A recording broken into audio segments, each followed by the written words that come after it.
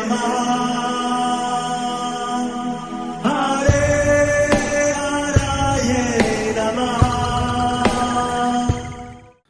हरे कृष्णा जी, आप सबका बहुत बहुत स्वागत है। मंगलाचरण आरंभ करते हैं। ओम नमो भगवते वासुदेवाय। ओम अज्ञानतिमिरान्धस्य ज्ञानाञ्जनशलाकया चक्षुरुन्मीलितं येन तस्मै श्रीगुरवे नमः।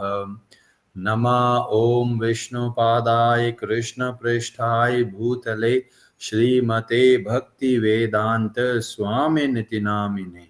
नमस्ते सारस्वते देवे गौरवाणी प्रचारिणे निर्विशेष शून्यवादी पाश्चात्य देश तारिणे। जय श्री कृष्ण चैतन्य प्रभु नित्यानंद श्री अद्वैत गदाधर श्रीवासादि गौर भक्त वृंद। हरे कृष्ण कृष्ण कृष्ण हरे हरे, हरे राम राम राम हरे हरे। कार्पण्य दोषोपहत स्वभावः पृच्छामि त्वां धर्म सम्मूढचेताः। यच्छ्रेयस्यानिश्चितं ब्रूहि तन्मे शिष्यस्ते अहं शाधि मां त्वां प्रपन्नम्। भगवद गीता अध्याय 4 श्लोक नंबर 2 आरंभ करते हैं। ब्रजेश्वरी जी, आप पढ़ेंगे संस्कृत। हरे कृष्णा। एवं परंपरा प्राप्तम् इमं राजऋषयो विदुः सकालेनेह महता योगो नष्टः परन्तप। हरे कृष्णा। हरे कृष्ण।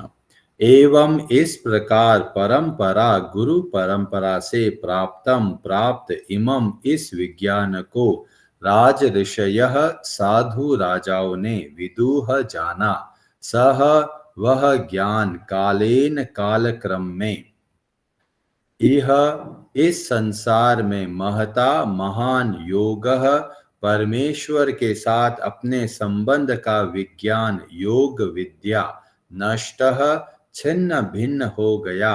परंतप, हे शत्रुओं को दमन करने वाले अर्जुन, इस प्रकार यह परम विज्ञान गुरु परंपरा द्वारा प्राप्त किया गया और राज ऋषियों ने इसी विधि से इसे समझा। किंतु कालक्रम में यह परंपरा छिन्न हो गई, अतः यह विज्ञान यथा रूप में लुप्त हो गया लगता है। हरे कृष्णा जी। भगवान श्री कृष्ण श्लोक के माध्यम से बताते हैं कि किनको यह ज्ञान प्राप्त हो सकता है। तो बोला गया एवं परंपरा प्राप्तम।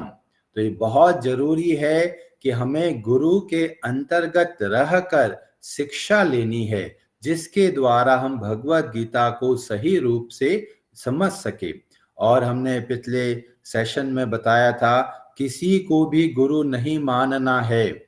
गुरु के लक्षणों को पहले समझना है और गुरु के लक्षणों को समझना जैसे कि शास्त्रों में बताया गया, उसके हिसाब से हमें गुरु का चयन करना है और उसके हिसाब से जब वो बताए उसके हिसाब से हमको कार्य करना है। कई लोग होते हैं, अड़ोस पड़ोस के लोग जाते हैं कई सत्संग में और सोचते हैं भाई यही हमारे गुरु जी हैं। ऐसे गुरु नहीं बनाना है जो आसपास किसी ने बोला, यूट्यूब में किसी ने कुछ बोला।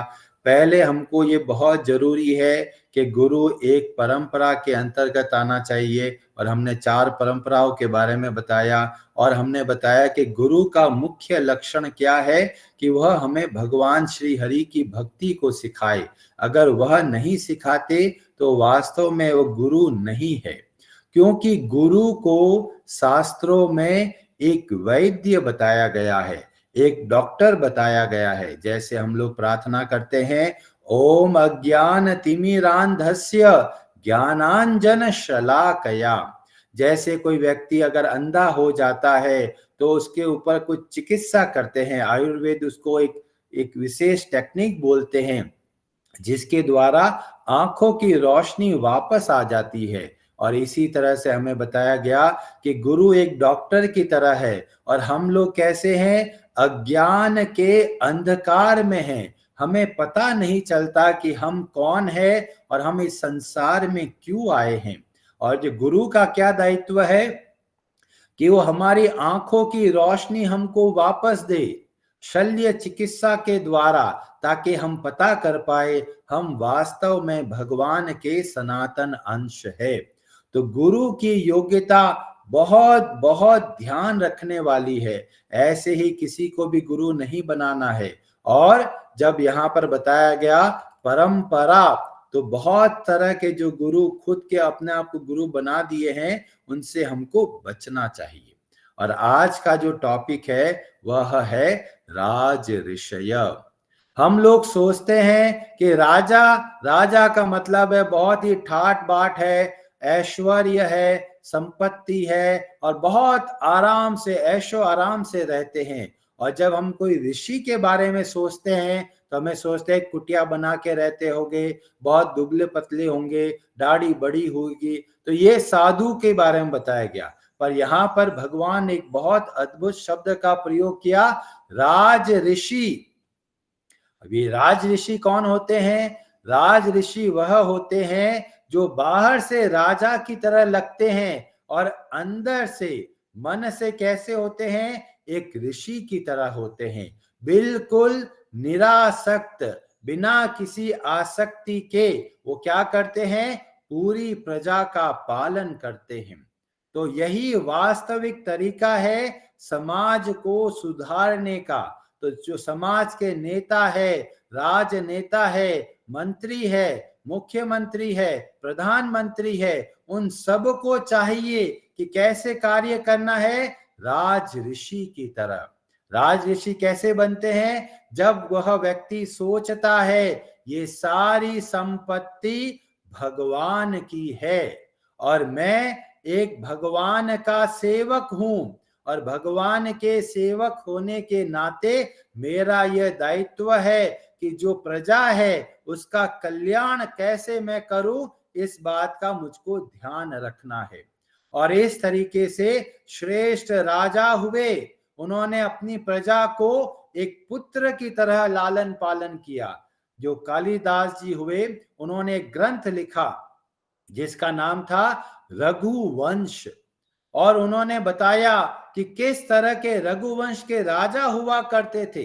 तो बोला गया कि जैसे सूर्य क्या करता है? समुद्र से पानी लेता है, मतलब इवेपोरेट करता है, भाप बनती है, बादल बनता है, और वो बादल क्या करता है? वर्षा के रूप में परिवर्तित होता है। तो सूर्य ने क्या किया? वो पानी को लिया, पर क्या किया? उस पानी को शुद्ध करके बाकी सब जगह पर पहुंचाया और पुनः वो वापस समुद्र में मिल जाता है। ऐसे ही पहले के राजा हुआ करते थे। वो टैक्स लेते थे प्रजा से, पर क्या करते थे? वो पूरा का पूरा टैक्स का पैसा क्या करते थे? जन कल्याण में लगाते थे, प्रजा की भलाई में लगाते थे। अपने खुद के मजे के लिए कभी भी वे काम नहीं करते थे। और ये बहुत बड़ी बात है, क्योंकि आजकल जो नेता हो गए वो इतने स्वार्थी हो गए कि बस अपना घर भरने में लगे हुए हैं। कहीं कहीं तो नेता लोग ऐसे हो गए जो अपना शीश महल बनवा रहे हैं। कई लोग तरह तरह के घोटालों में फंसे हुए हैं। 5,000 करोड़, 10,000 करोड़, इतना पैसा जो कि प्रजा की संपत्ति है, जो टैक्स से मिला है, वो क्या करते हैं? स्वार्थ में आकर बस खुद का भला कर रहे हैं। पर जो राजा हुए, जो परंपरा से शिक्षा प्राप्त किया, उनको पता था कि सारी संपत्ति भगवान की है, और इसीलिए वो प्रजा का पूरा ध्यान रखते थे। इंफ्रास्ट्रक्चर इतना जबरदस्त था, जैसे हम अयोध्या का वर्णन सुनते हैं तो दशरथ महाराज ने इतना बढ़िया सिटी प्लानिंग कर रखा था। और आजकल हम लोग देखते हैं सिटी प्लानिंग में रोड खराब है, टूटी हुई है, पानी नहीं आता, बिजली नहीं आता, इतना पोल्यूशन है। तो ये बहुत जरूरी है राजनेताओं को समझने की कि आध्यात्मिक ज्ञान की बहुत आवश्यकता है। नहीं तो क्या करेंगे, वो खुद के स्वार्थ में आकर केवल अपने मजे के लिए कार्य करेंगे। उड़ीसा में जो गजपति जो राजा होते हैं, वो एक विधि का पालन करते हैं जिसको बोलते हैं चेरा पहरना। और उसमें क्या करते हैं, जब रथ यात्रा होती है तो सबसे पहले राजा को वहां पर आकर झाड़ू लगाना होता है। और ये परंपरा केवल दिखावे के लिए नहीं है, इससे पता चलता है कि हर एक राजा कैसा सोचता था कि मैं भगवान का सेवक हूं और ये पूरा का पूरा देश भगवान का है और मैं केवल सेवक होने के नाते इस प्रजा का पालन कर रहा हूं। तो ये बहुत बड़ा हमारे सामने एक उदाहरण पेश करते हैं। ऐसे बड़े बड़े दिग्गज राजा हुए, किस तरीके से प्रजा को चलाना है, किस तरह से देश को चलाना है, किस तरह से राज्य को चलाना है, हमें शिक्षा मिलती है। और इसीलिए सबको भगवत गीता के ज्ञान को समझना है। अगर हम समझेंगे तो हमारे समाज को बहुत भला होगा। ऐसे ही एक राजा हुए, राजा सवाई जय सिंह, जो कि जयपुर के राजा हुए। और वो क्या करते थे, वो कहते थे कि ये जयपुर का जो राज्य है वो है गोविंद देव जी और मैं हूं उनका सेवक।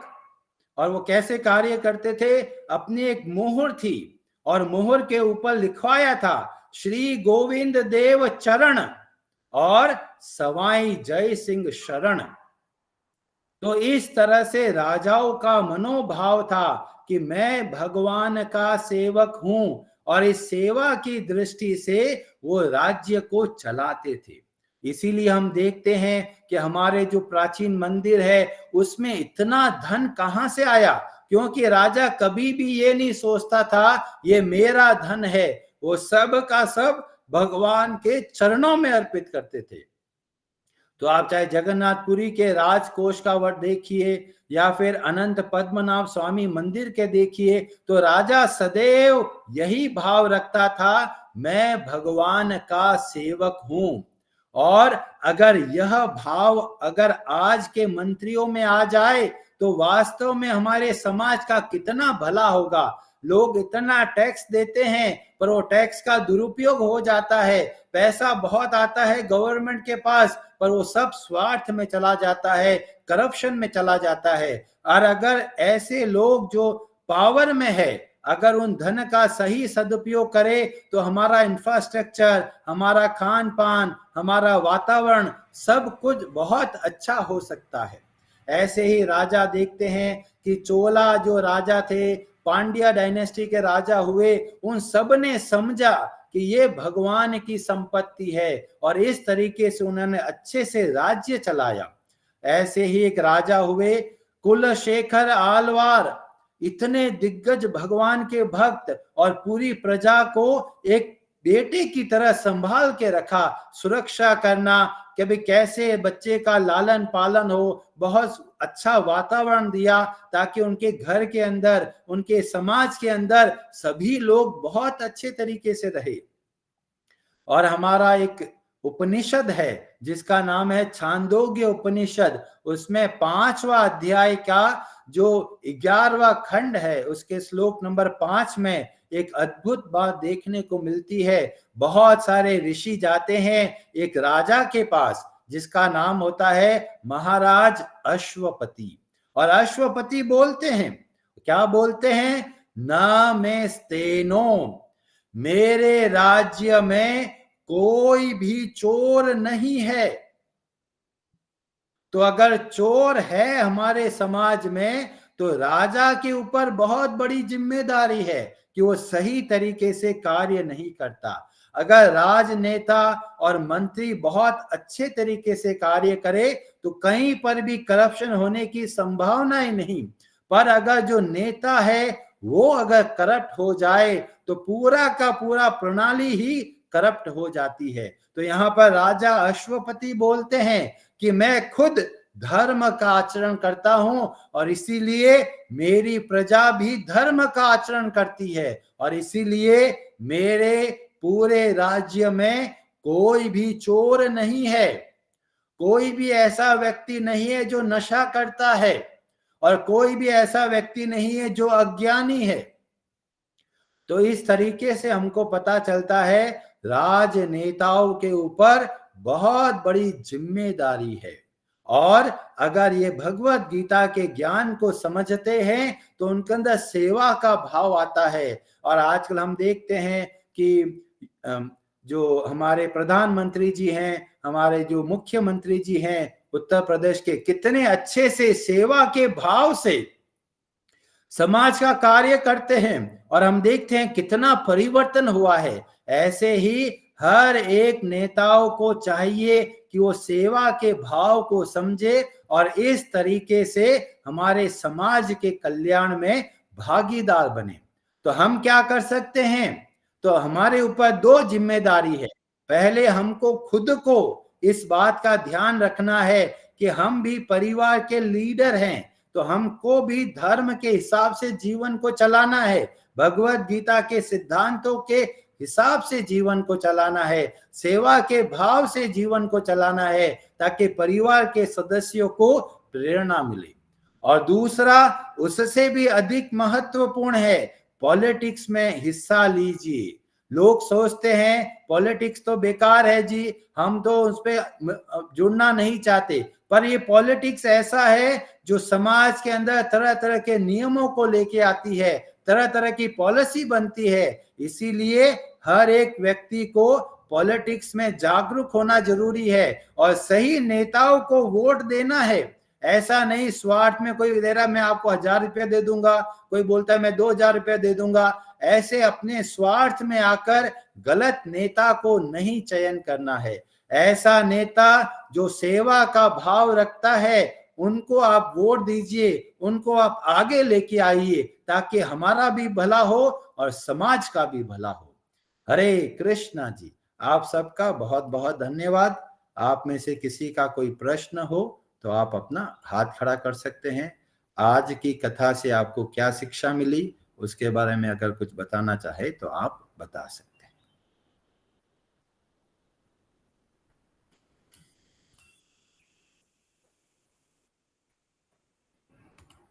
ओम प्रकाश प्रभु जी, आप कुछ कहना चाहते हैं? हरे कृष्णा प्रभु जी, दंडवत प्रणाम प्रभु जी। पालना का टाइम कितना बजे? बाकी लोगों से निवेदन है कृपया माइक को बंद रखे, जब बोला जाए तब आप माइक ऑन कीजिए।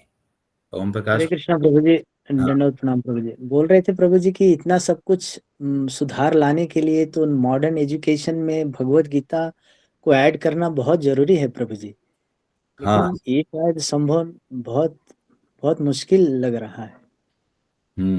इसीलिए ये बताया गया कि आरंभ हमको अपने घर से करना है। हमारे परिवार का हर एक सदस्य को भगवत गीता को अच्छे से समझना है ताकि जब वो बाहर निकले तो बाकी लोगों को प्रेरणा दे। और हमें एजुकेशन सिस्टम पे कार्य करना चाहिए, स्कूलों में भगवत गीता को सही रूप में रखना चाहिए। बहुत सारे लोग सोचते हैं भगवत गीता तो एक रिलीजियस ग्रंथ है, पर वास्तव में भगवत गीता का जो ज्ञान है वो यूनिवर्सल है, हर एक के लिए आवश्यक है। तो हम सबको प्रयास करना है कि यथासंभव एजुकेशन सिस्टम के अंदर हम भगवत गीता के ज्ञान को लेके आए ताकि लोगों के अंदर जो मनोभाव है उसको सही कर सके। तो बहुत अच्छी बात आपने बताई ओम प्रकाश प्रभु जी, बहुत बहुत धन्यवाद। श्यामल प्रभु जी, आप कुछ कहना चाहते हैं? हरे कृष्णा प्रभु जी। हरे कृष्णा प्रभु जी, दंडवत प्रणाम। बहुत ही अच्छी क्लास थी प्रभु जी, और इससे हमें ये बहुत अच्छी जो सीख मिली कि हमें हर जगह leader we should not look up to the leader, we are also leader, that हम खुद भी एक नेता हैं छोटे छोटे स्थान पे वो घर हो सकता है या हमारा ऑफिस हो सकता है, डिपार्टमेंट हो सकता है, हमारी सोसाइटी का ग्रुप हो सकता है और उस तरह से हमें इस चीज़ को आगे चलाना है प्रभु जी। ये एक बहुत अच्छी सीख मिली। और प्रभु जी एक तो चीज़ पूछनी थी कि जैसे कल के दिन आपने बताया था कि 5 देवों की पूजा की जा सकती है, तो प्रभु जी वो कौन से हैं? और दूसरा प्रभु जी आज के क्लास के उपलक्ष्य में एक ये भी शेयर करना था कि एक बहुत बार हमें भक्ति विनोद ठाकुर का भी उदाहरण मिलता है कि वो कैसे अंग्रेजों के ज़माने में इतनी बड़ी पोस्ट पर पहुंच गए थे, लेकिन उन्होंने उनके प्रचार शुरू ही रखा और उन्होंने जो उस समय किताबें लिखी थी उसका फ़ायदा आज भी हम सबको हो रहा है। तो इस प्रकार हम जिस भी क्षेत्र में हो, हमें अपना कार्य निरंतर करते रहना है और भगवान की सेवा हमें करते रहनी है प्रभु जी। हरे कृष्ण। हरे कृष्ण। बहुत अच्छी बात बताई कि हमारे पास जो जो कंट्रोल है, हमारे पास जो भी पद है, जो भी हम रोल निभा रहे हैं, उसके अंदर ही हमको सेवा का भाव ऐड करना है। जब यह करेंगे तो हर कोई बदलेगा। एक घर बदलेगा, 5 घर बदलेगा, 50 घर बदलेगा, 100 घर बदलेगा। इस तरीके से चेन रिएक्शन होगा। तो मैंने सुना कहीं पे बोला गया, be the change that you want to see in the world। सबसे पहले खुद के अंदर बदलाव लेके आइए। जब हम बदलेंगे तो सब बदलेंगे। और जैसे बोला कि पंच देवताओं का वर्णन मिलता है, तो बोला गया भगवान विष्णु, भगवान शिव, देवी दुर्गा, फिर सूर्य देव और गणेश जी। अगर इन 5 में से किसी की भी निष्काम भाव से हम अगर सेवा करते हैं, उनकी भक्ति करते हैं, तो सब के सब हमको भगवान श्री हरि की ही भक्ति को बताएंगे। हरे कृष्णा प्रभु जी। बहुत बहुत धन्यवाद प्रभु जी, बहुत अच्छा उत्तर मिला। और प्रभु जी कल के दिन ही एक गृहस्थ मिले थे, तो मैं तिलक लगा के जाता हूँ प्रभु जी, तो कल किसी वजह से मैंने शायद शाम का समय हो रहा था तो तिलक धुल गया था, वो आए मिलने के लिए। तो उन्होंने प्रभु जी पूछा कि अरे आज आपका तिलक नहीं दिख रहा है। और फिर उसके बाद में उन्होंने बोला कि आजकल तो स्कूल और कॉलेज के बच्चे भी तिलक लगा के जा रहे हैं। प्रभु जी ये सुन के बहुत अच्छा लगा कि मैंने जैसे आपने बोला कि चेंज, तो भले ही वो छोटे तादाद में हो, 1%, 0.1% या जो भी है प्रभु जी, पर चेंज हो रहा है और ये चेंज लोगों को नोटिस हो रहा है। और वो कभी वो जो गृहस्थ मिले थे वो ना टेम्पल आते जाते हैं, ना उनका बाकी कोई चीज से ऐसा लेना देना है, पर वो भी नोटिस करते हैं प्रभु जी। तो शायद यही सब देख के धीरे धीरे उन लोग बाकी के लोगों का भी आकर्षण हो और वो भी भगवान की तरफ मुड़े प्रभु जी। बहुत धन्यवाद प्रभु। जरूरी है। यथासंभव जहाँ भी ऑप्शन मिले आप तिलक लगा के जाइए, गले में कंठी माला पहनिए, हाथों में बीट बैग रखिए, वैष्णव ड्रेस जहाँ पर हो सके पहन के जाइए। तो ये क्या है, बाकी लोगों को प्रेरणा देता है। और जब हमारे आचरण को देखते हैं तो उनको और प्रेरणा मिलती है। तो इस तरीके से आपका व्यवहार, आपकी वेशभूषा के माध्यम से ही हम अन्य लोगों को प्रचार कर सकते हैं। तो बहुत अच्छी बात आपने बताई। बहुत श्यामल प्रभु जी प्रोफेसर है मेडिसिन के, बहुत बड़े हॉस्पिटल में, मेडिकल कॉलेज में वर्क करते हैं एज अ प्रोफेसर, और तिलक लगा के जाते हैं तो कितने लोगों को प्रेरणा मिलती है। बहुत बहुत धन्यवाद श्यामल प्रभु जी आपका। शोभा माता जी, आप कुछ कहना चाहते हैं? हरे कृष्ण प्रभु जी। प्रभु जी मैं यही कहना चाहती हूँ कि जैसे कि आपने समझाया कि गीता पढ़ने से, जैसा आप बता रहे थे, तो गीता पढ़ने से ही हमें ये ज्ञान मिलता है कि हमें गुरु कौन सा चुनना चाहिए। मैं गीता पढ़ने से पहले बहुत जगह भटकी हूँ और मुझे पता ही नहीं था कि गुरु कैसे चुना जाता है। जैसे आप बता रहे हैं कोई अच्छा वक्ता होता है या कोई अच्छा भजन गाता है, या तो हम उसी को गुरु मानने लग पड़ते हैं। बहुत से लोग अभी भी इन्हीं चक्रों में पड़े हैं। लेकिन जब हम गीता पढ़ते हैं तो हमें पता चलता है कि गुरु हमें कहाँ से चुनना चाहिए, कैसा होना चाहिए, ये सब हमें गीता से पता चलता है।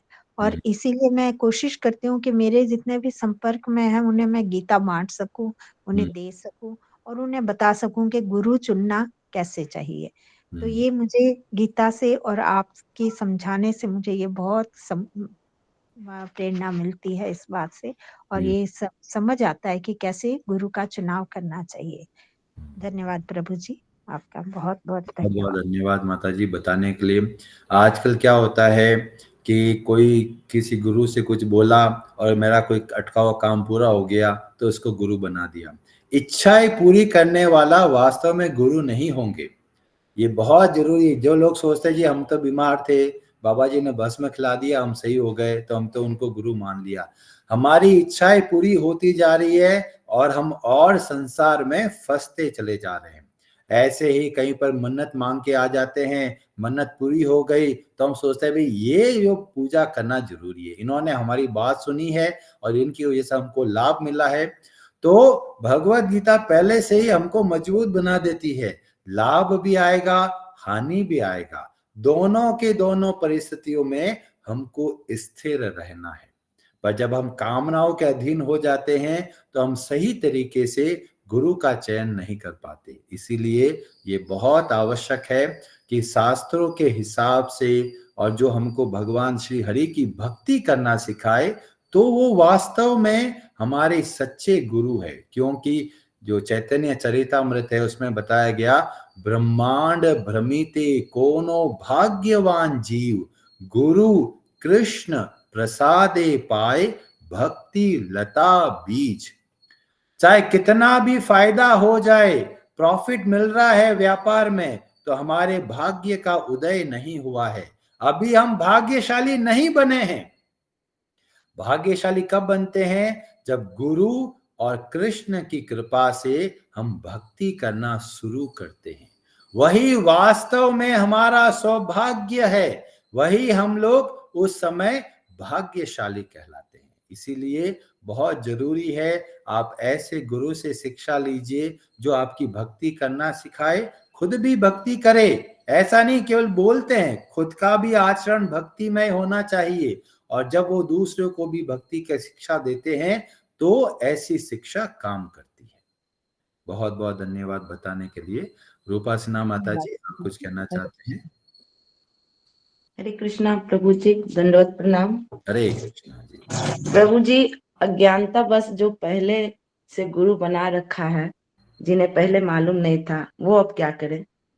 तो हमारे सामने महाभागवत प्रहलाद महाराज का उदाहरण हमें देखने को मिलता है और साथ में बलि महाराज का उदाहरण देखने को मिलता है कि जैसे प्रहलाद महाराज के जो गुरु हुए षंड और अमर्क, तो उनका सम्मान अवश्य किया, पर गुरु सदैव माना उनको जिन्होंने भक्ति प्रदान करी। जैसे कि जो प्रहलाद महाराज थे, सदैव उन्होंने अपने गुरु माना देव ऋषि नारद जी को, जबकि जब वो आश्रम में गए तो वहां भी गुरु थे जो कि शुक्राचार्य के पुत्र हुए। तो भले ही वो गुरु की तरह दिखे, पर कभी भी प्रहलाद महाराज ने उनको गुरु की तरह नहीं माना। दूसरा उदाहरण बताया गया ये बलि महाराज के बारे में, जिनके गुरु हुए शुक्राचार्य। और शुक्राचार्य बोलते हैं कि ये वामन कोई और नहीं, साक्षात भगवान विष्णु है। तो उन्होंने, बलि महाराज ने अपने गुरु शुक्राचार्य जी की बात को नहीं माना, यहां तक कि शुक्राचार्य जी ने श्राप भी दे दिया। फिर भी बलि महाराज ने भगवान की भक्ति की ओर आगे बढ़ाया। तो जो पहले गुरु बन गए हैं उनके प्रति हमको सम्मान का भाव रखना है, उनके प्रति कृतज्ञता का भाव रखना है, कभी भी अनादर नहीं करना है। पर आपको अगर अपना जीवन चलाना है तो ऐसे गुरु की शिक्षाओं को अपनाना है जो हमको भक्ति के बारे में बताए। तो सम्मान कृतज्ञता सदैव रखना है, पर आचरण में आप वो शिक्षाएं लेके आइए जो आप ऐसे गुरु जो भगवान की भक्ति को बताए। ठीक है जी। हरे हरे नमः।